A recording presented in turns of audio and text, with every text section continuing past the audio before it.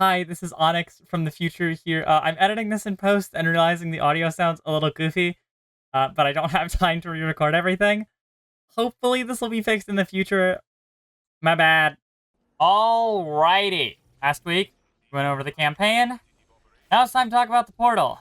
And we got a lot of stuff going on here, so strap in. It's going to be a while.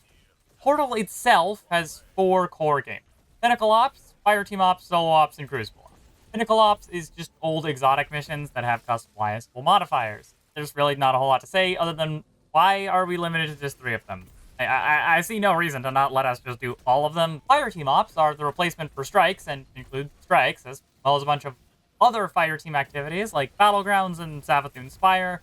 Onslaught is in here too. All the fireteam stuff. Solo Ops are a brand new activity consisting of solo objectives like sabotaging bunkers or cleaning hive gunk off of antenna before killing some kind of boss. They're slightly different, but they all tend to follow this formula. And then Crucible Ops it's PvP. You got 3 modes, okay? Take it or leave it. Sometimes it's 5, but normally 3. Once you select an activity to play, you can add modifiers to make the game harder or easier, as well as adjust your score to get better rewards. Most of these modifiers are negative and get more challenging as you go into higher difficulties. Most of this stuff is just existing old modifiers like threats, banes, and trade-offs, but they also include some new ones. Subtle Foes is particularly funny, as are the Shroud Banes that have multiple times caused me to charge in and get blown up by supplicants, which is hilarious. The more difficult the modifiers, the higher your projected score goes, but the higher the enemy power level goes. Not only do the modifiers themselves increase your score, your power delta with enemies will also increase your score, meaning you might be getting max rewards on higher difficulties without even adding modifiers. This also means that as you get higher in power level, you need to either up the difficulty on your activity or continue to add modifiers to level up as fast as possible. Ideally, you're selecting modifiers to make the game as easy as possible while still providing max reward. I think most of these modifiers are cool and fun. I think they mostly grant the appropriate amount of score bonus outside of locked loadout. That thing is ridiculously overtuned. And if you're not using it while you're power leveling, I encourage you to. It's very easy and just gives you a ton of free points. At the start of a transition between 2 power levels, all you need to do is lock your loadout and you're good to go. The difficulty tiers do go up in power level, though as of the time of writing this, you can just get into any difficulty at any time. The tiers are now Normal, which is just 10 power, Advanced, which is 100, Expert at 200, Master at 300, and Grandmaster at 400. Higher difficulties provide greater score tiers as you power up, and powering up also increases the tier of rewards you earn from the end of an activity, with your tiers increasing every 20 power levels. Your Guardian rank also increases the reward tier, so for once, that actually matters.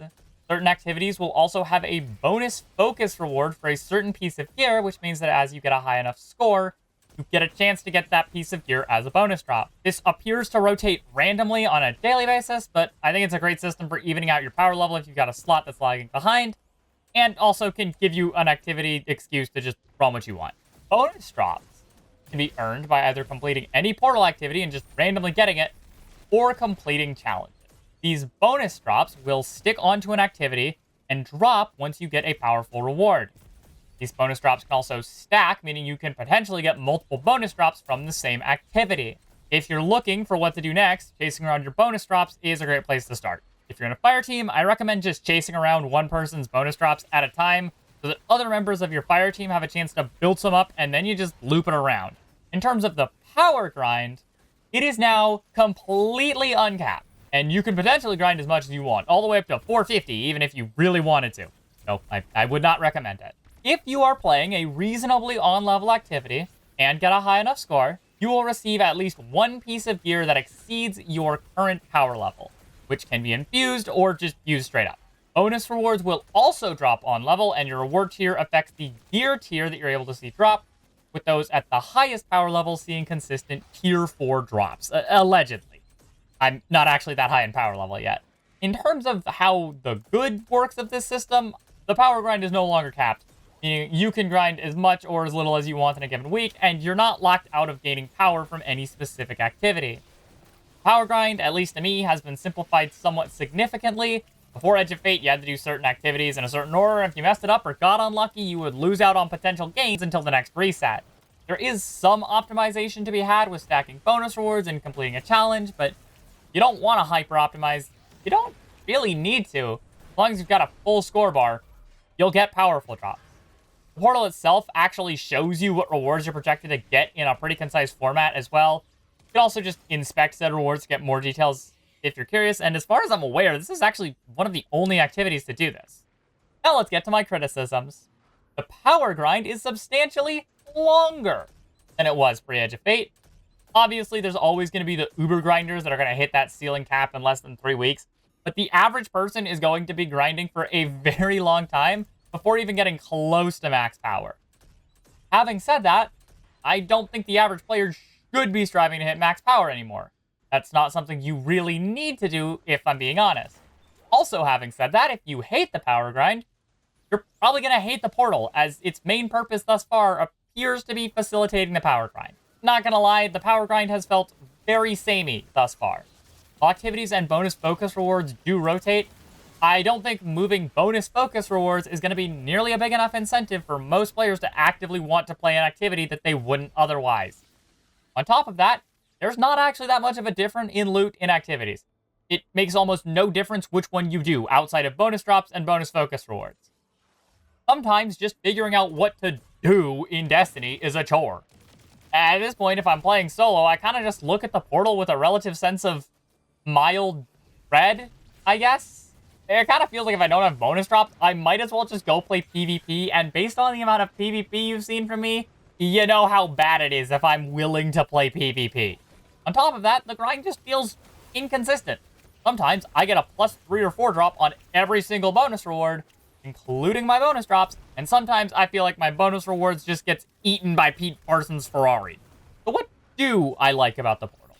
Well, for starters, the game actually has a main menu now that isn't the director, and I think this is pretty good for having a main menu, especially since it's kind of the first time they've done this. I do wish there was some more in there, but, you know, beggars can't be choosers. Almost everything is consolidated into one concise menu, and there's no more fumbling around for different powerful rewards. Just click an activity, select modifiers, and go. Speaking of modifiers, I think the customization system was done very well. The way you decide how hard you want to make stuff, as well as how that difficulty is implemented, is a very good thing.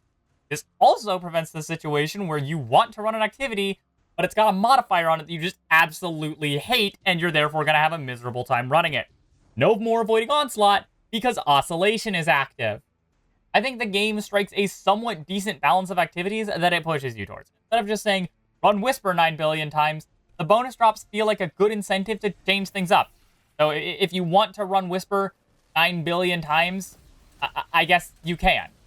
Speaking of, old content is now actually able to be used for more than a single season. Now you can potentially have any number of seasonal activities show up and just run them. No longer is that stuff just going to be scrapped from the game entirely. But it's not all good. I have some criticisms, and, oh boy. My biggest criticism here is that it just gets stale after a while. Well, there are a good amount of options for things in the game to try, without a super strong incentive to play a certain thing, there's not a reason to do it 90% of the time. This causes you to run the same thing over and over and over again, which makes the portal activities feel pretty stale. I know I haven't exactly given this complaint a lot of time, but in my opinion, this is the largest complaint that I have. It's a pretty big deal, and I think it's a reason that a lot of the vocal community is just not very happy with the portal right now. On top of that, most of the Fireteam stuff just is not match made. Most of the activities are not matchmaking enabled, which means the sense of customization, kind of has to give. I understand that if you want to customize your modifiers, matchmaking is going to take 9 million years. Some activities do have matchmaking enabled with a set of pre-constructed modifiers. Having said that, much past 300 power level, these modifiers are not usually enough to get you max score rewards. So even then it's problematic, but I digress. The main problem is that the other 90% of the portal doesn't have matchmaking, which makes leveling up in anything other than solo ops feel just abysmal if you don't have friends online. But by far, my number one biggest criticism of this whole thing, just far and away, is the raids. Where the hell are the raids. This is the main menu of the game. So why on God's green earth are the pinnacle PvE activities not accessible from here? I understand that they can't exactly revamp every legacy raid with feats and updated loot pools the way Desert Perpetual has, although apparently the loot from that raid has a bunch of its own problems. But at least let us access what is arguably the best content in the game from the main menu. Why are the raids relegated to a side menu? So, overall, my conclusion of the portal is, it's mid. I mean, come on, I said it in the thumbnail. I think the portal, aggressively, obnoxiously, painfully mid. I think fundamentally, it's a concept that can be refined. Power grind right now is frankly absurd, especially considering that a lot of our quality of life updates have been about reducing the power grind over the past few years, not adding to it.